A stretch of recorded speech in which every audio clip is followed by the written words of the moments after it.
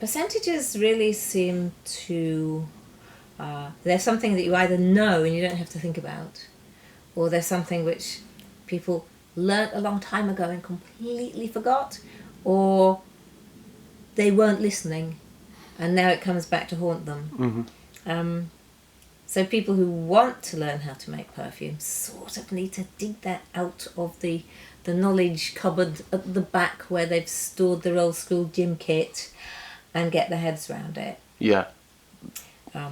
So, for example, these materials that I get sent, or I buy bigger quantities, right, are at 100% strength. That's some nice, safe, natural cardamom.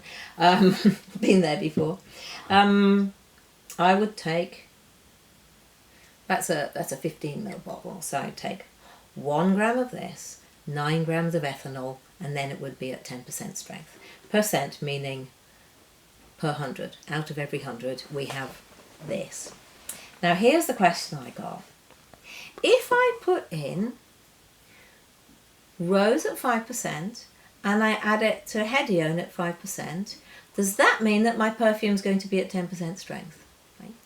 No, it means it's going to be at 5% strength, because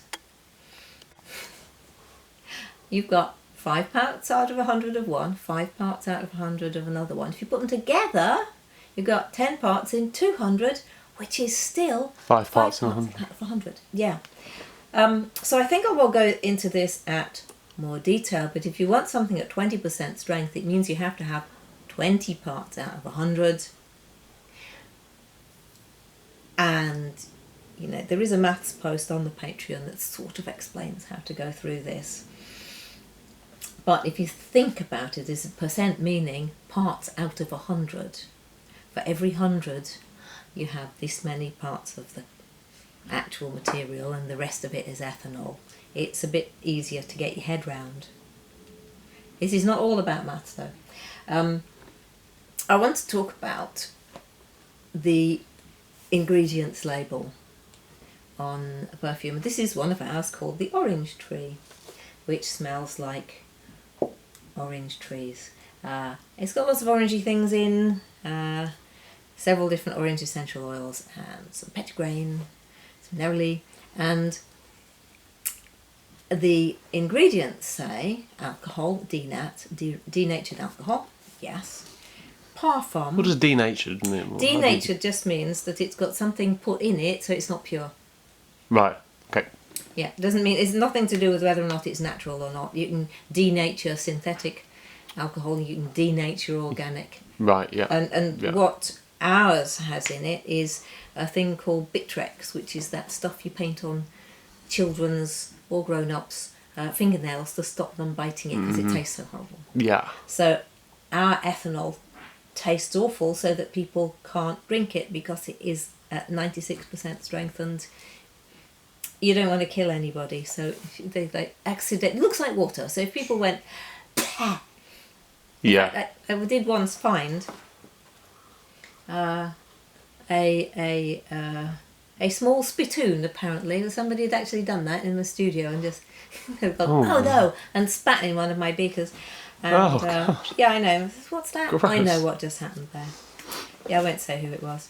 But yes, you must always mark your water bottles as water and your ethanol bottles as... Just don't put ethanol into a water bottle. Into anything, no, ever. Or pour it into a glass, or take a drink out of a beaker. But the point is that with denatured alcohol, you would know. Yeah. Because it tastes disgusting. And so your thing is to immediately spit it out because it's horrible. So, after the alcohol denat, it then says parfum. Parfum, really. So that's French for perfume. Then says limonene, citronellol, linalool, geraniol, citral. And here was the question. To make my perfume more professional, do I have to add limonene, citronellol, linalool, geraniol, citral? Because they seem to appear on the packets of everybody's perfumes. That seems to be a very sensible conclusion to come to. A logical conclusion one could draw, because it's got parfum, obviously that's the perfume bit. Yeah. What about all these other things? And what is not clear, and what people don't explain, is that those things are already contained in the perfume, the parfum. So if we are creating a blend of different synthetics and naturals, or either of those things, to make 100% strength perfume, we then have to calculate which of these skin sensitizers are in there, and we work out how much is in there, and then when we've got the finished fragrance ready, if it's more than 0.01% of the whole fragrance, then you have to declare it to tell people that it's there, because they might cause a skin reaction. Mm-hmm. So these are things which can cause skin reactions. So that's the reason why you won't go adding them extra in order to make it smell more professional. They're already part of the parfum. Another myth. The parfum also, there's a myth that parfum is secret because it's full of chemicals. Well, yes, of course it's full of chemicals, because so are all of us. Everyone is a chemical. The naturals are chemicals. But it's secret so that it makes it difficult for the competitors to copy it. We've covered this, I think, somewhere. Mm-hmm. But parfum just means perfume. It could be 100% natural. It's still called parfum. Mm-hmm. It could be 100% benign with no skin sensitizers in which case it would just read alcohol denat parfum. What? And none of those other things. And what tree does benign grow on? It grows on the Beninite tree in Belize.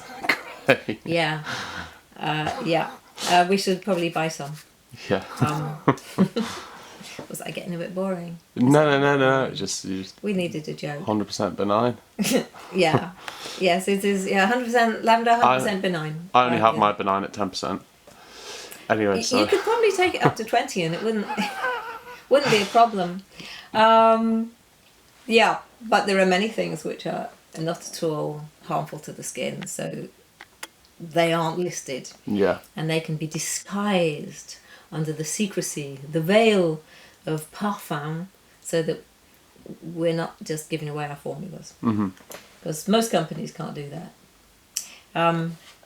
So the orange tree, made with a lot of naturals and some synthetics, that's just the parfum. And then included in there are some limonene, citronellol, linalool, geraniol and citral, all natural, actually. I don't add them in. They're all part of the orange materials. So that's where those come from. More myths. I'm sure I think I've brought the safety data sheet, which these are quite terrifying things. And what happens in the world of scare story, Mm-hmm. and because everyone loves a scare story, and we remember things that we're terrified of more vividly than things that happened without incident. Which is why these terrifying things seem to come to the forefront, whether they're or not they are true. So here's for neroli from Morocco, 100% natural, grown on an orange tree. So it's a flammable liquid, skin irritant, skin sensitizer, it causes eye damage, chronic aquatic hazard, and yet it's 100% natural. All these lovely danger symbols on it, but it contains linalool, which, obviously these are all natural, which is a skin sensitizer. What else needs to be declared? Geraniol, farnesol, and a lot of these materials are limited. I mean, here are the lists of the harm to water creatures. What it means is, if it's an aquatic toxin, means that if you pour it in the water, it will kill the life in there. And so just because something sounds natural and lovely, you don't want to mess with it.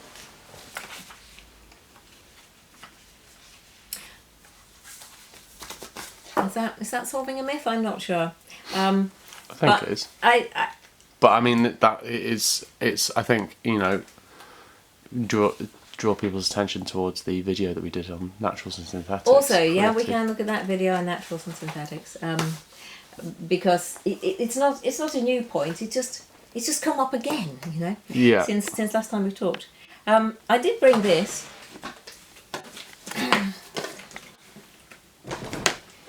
Which is the dipropylene glycol. DPG. DPG, yes. Because there was this question, which is, when should I add the DPG to the fragrance? So we're thinking, why would you do that? And how has this come about? Why does somebody think they want to add DPG to a fragrance? Well, somebody's looked at a safety data sheet somewhere and it's listed DPG as one of the materials in a fragrance. And it's a solvent. Yeah, it's just another solvent, isn't it? Just like alcohol. Just another solvent like alcohol. But it has slightly different properties and it's not flammable. But it doesn't sort of diffuse and fly off. It's not as volatile as alcohol. So it's not something you'd want to really use as a perfume base, but it's, you know, like perfectly safe. So I just didn't even. It's a bit oily. Yeah, that's what it's like. It leaves an oily feeling on the skin. Yeah, it does. And I wish I hadn't. And the fragrance feels really, closer. Why did I do that? Yeah, I did that to prove how safe it is. Then I'll just rub it in. Do you want to rub it on some EcoFlow? Yeah, go on then. Thanks so much. Yeah, EcoFlow. Yeah, excellent packaging. We don't have any tissue paper. Not up here. It's fine. I've probably got a hanky. I've got a hanky. Always walk around with this stuff in that building. You see, so this is, you wouldn't be doing this with alcohol because it'll evaporate off. But you have to wipe off the DPG. Yeah. Yes, the alcohol would just evaporate. I've woken up my phone now and it's making noises. So why would you add DPG to a fragrance? Well, you wouldn't. And yet that's circulating at the moment, this myth that you add DPG as a fixative. It's like, no, it's just another solvent. Something in last week's video, or maybe the one just before that, I think actually the fruits one, something was in DPG at source. Yes. One of your materials was something in DPG. Yeah, I mean the galaxolide generally comes. I think that was it. The musk. The galaxolide, that was it. It was the musks video that we did. And methyl latone, or is it IPM? That's isopropyl myristate. I mean, point is that all of these materials are supplied, dissolved in these things, usually because they're easier to deal with, so that they're more runny, or they're. You might dissolve something that's normally a powder in DPG or IPM or audio, so that when it arrives, you go, oh great, I'll just pour it straight in the thing now. So it will never be 100% when you buy that. Obviously, the galaxolide will never be 100% if it's in DPG. Not if it's in DPG. No. Turn the sound off. you can get 100% strength things. I mean, I could buy coumarin at 100% strength, and it's crystals. Yeah. If I wanted to supply a fragrance compound to someone, like I'm just shipping a kilo overseas, just a little batch to the US, there aren't any powders in it, but if there were, I would dissolve those first of all in DPG and then put them in, because this compound is going to go into a beeswax fragrance, beeswax-based fragrance. So you don't want the crystals just sitting there. So you'd want it liquid when it arrives. So there are reasons why somebody might have put something in DPG or IPM in order to make it easier for the end user.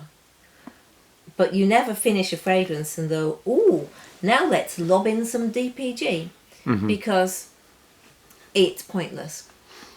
But you do use your galaxolide in DPG in a fragrance that you then mix with alcohol. Yeah, because it then dissolves further in alcohol. Yeah. So if somebody were to look at the safety data sheet for that fragrance, try to think what I've got. I think Babylon Sunset has galaxolide in it. So if somebody looked at the safety data sheet for that, they could see that there is some DPG in it. Mm-hmm. But it's not that I have added it in separately, it's that it's already part of one of the constituents. So that's a thing. So yes, looking at the safety data sheet, or looking at a label even, well, it doesn't tell you what it's in, sort of. It doesn't tell you how it got there, or why, or that. So that, I think those are the myths I'm going for. So we had the not a pheromone last time. We had the not an aphrodisiac that time. Like, I'm trying to think what else. There's no reason why it can't be an aphrodisiac. Not. No, Perfume. Of course not. If it's beautiful, and if it's the best thing you've ever smelt, and also you associate it with some lovely time, then yeah. But you can't just like pour Hedione in and go, there you go. No. Aphrodisiac. Where's the Hedione? It's here somewhere. It's not important. It's like, oh, there you go. Bottled aphrodisiac. That. Yeah. I should have made a list of them. Yeah. It tends to be, the questions tend to come up from the people who don't really want to learn how to make perfume. They really want to make a lot of money really quickly. And it's like, without the understanding of how it's all put together, it's more like just, what do I lob in order to make a bestseller? So there we go, that's a myth to talk about. The myth of someone coming up to you and saying, or someone having the idea that if they make a perfume they can become an overnight millionaire. Yeah. Or that they can... Well, exactly. People think that it's a surefire moneymaker. Yeah, I'm pretty sure we did I told you my saxophone story about, I spent years and years and years and years and years learning how to play the saxophone. And then I get people saying, oh, I'd love to play the saxophone. And I'd say, I'll teach you. And one person, it became clear to me one day where the problem was with my understanding where they were and where I was. And he said, I don't want to learn, I just want to be able to play. And because having gone through it and knowing what it takes to have got to the point where you need, to get to where you can play, you know that it's not possible without learning. Yeah. But from his point of view, he was like, oh yeah, I'd like it someone to put shiny saxophone in my hands, and well, you can get one for maybe, you get a nice second-hand one for like about 800 down this shop. Well, I don't have £800. Well, I want to play. Well, why is it so expensive? That's another perfume thing. Yeah. It's expensive to do. It's well, I don't have the money. Well, I'm sorry, you're going to have to take up pencil sketching. Yeah. And then which is a bit mean, but you can start small, but you can't start big. But then the other thing with saxophones, I'm not playing one that belongs to somebody else. I want a new one. It's unrealistic expectations. That's what we're talking about. Yeah. Is starting in perfumery and having unrealistic expectations. I bet you find that in yoga as well, because a lot of people start yoga and think they're going to be doing headstands within a month. And that's what they want to do. The other thing is that people will come in and, they certainly used to when there were a lot of skinny pop stars used to do yoga, and they want to do yoga so they think they'd make them thin. And I'd say, well, I tell you what though, if you do it right, it'll just stop you worrying about it. Yeah. It's like, Yeah. It'll make you feel so good inside yourself that you actually don't care. Yeah. So there's something to be said there of then the myth of perfume making is that, you know, you've got to learn how to do it. You've got to, well, you know how we do kits, so Yeah. that somebody can make, if they want to, they can make the sexiest scent on the planet if they want to. Because, and you have bottled the very kit. Like, there. And if they want, then there's the kit with 10 things in, there's some formats, and there's the beginning of starting to understand how if you put that with that, it smells different. Mm-hmm. And then if you add this, it smells much more open and awake and bouncy, if you get bouncy perfumes. And if you put it with that, it smells darker and it smells softer and all of those things. So yes, you can kind of start with a few materials and you can create a thing, and sometimes maybe that fools people into thinking that it's easy. But there are, you know, the first film where we made, and I said that there was just too much, did I call it tripe? I said there's an awful lot of, I said insult Rubbish. to tripe. There's a lot of rubbish on the internet. It's like, hey, buy this thing and buy my kit and you will make thousands. And I don't want to smash everyone's dreams to pieces, but that doesn't happen because in order to make enough to live on, you need to have enough people who actually want to buy what you make. Yeah. So that's the most difficult part. If you want to make a living out of it, it's finding enough people who want to buy what you make. Mm-hmm. Making what you like is another part of it, and that can be a really good fun bit. Mm-hmm. If you take off the pressure of actually then having to sell it to people, it can be the most lovely hobby. Well, it feels like that's what it's got to. It's got to come from a desire to make perfume, not a desire to make money. It can be. Otherwise, you should go and get a job at the Royal Mint. Yeah, yeah, yes. As long as you don't try taking it home with you. Yes. Yeah, making money and making perfume, that they don't necessarily run parallel.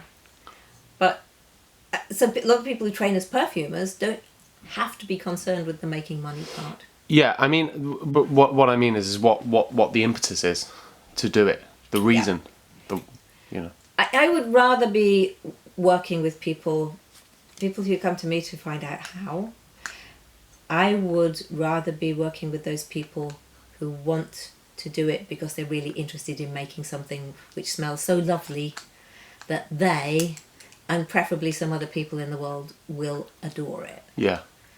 That's kind of my aim. In order to do that, I have to sell enough stuff in order to keep going. So but I enjoy that too. I like it when people love my things enough to buy them. Mm-hmm. But when people write and say, I've got an idea, I want to make an Amber Woods which all men and all women will love and they'll all want to buy it, and I've got an idea for the bright shiny packaging, and will you make it for me and how much is that going to cost? That's not going to work. I mean, it might actually work out for them. They might find someone who can make that fragrance for them because they can kind of detach themselves from the other end of it. Yeah. And a professional company can make that fragrance, which is exactly what those people want. They don't have to take the risk. That person who wants the flashy packaging, and a fragrance which they hope all men and all women will want. Because the perfumer, all they have to do, the perfume maker, they just have to make one that the client loves. Yeah. The client's then responsible for making what everybody else loves, but their target market is actually the client. Mm-hmm. Then, no, there are people in the world who've made some money from selling perfume successfully. Well, of course, some people made colossal amounts, but Yeah, but they tend not to be people making their own. Myth that a bright shiny box costs more than ours.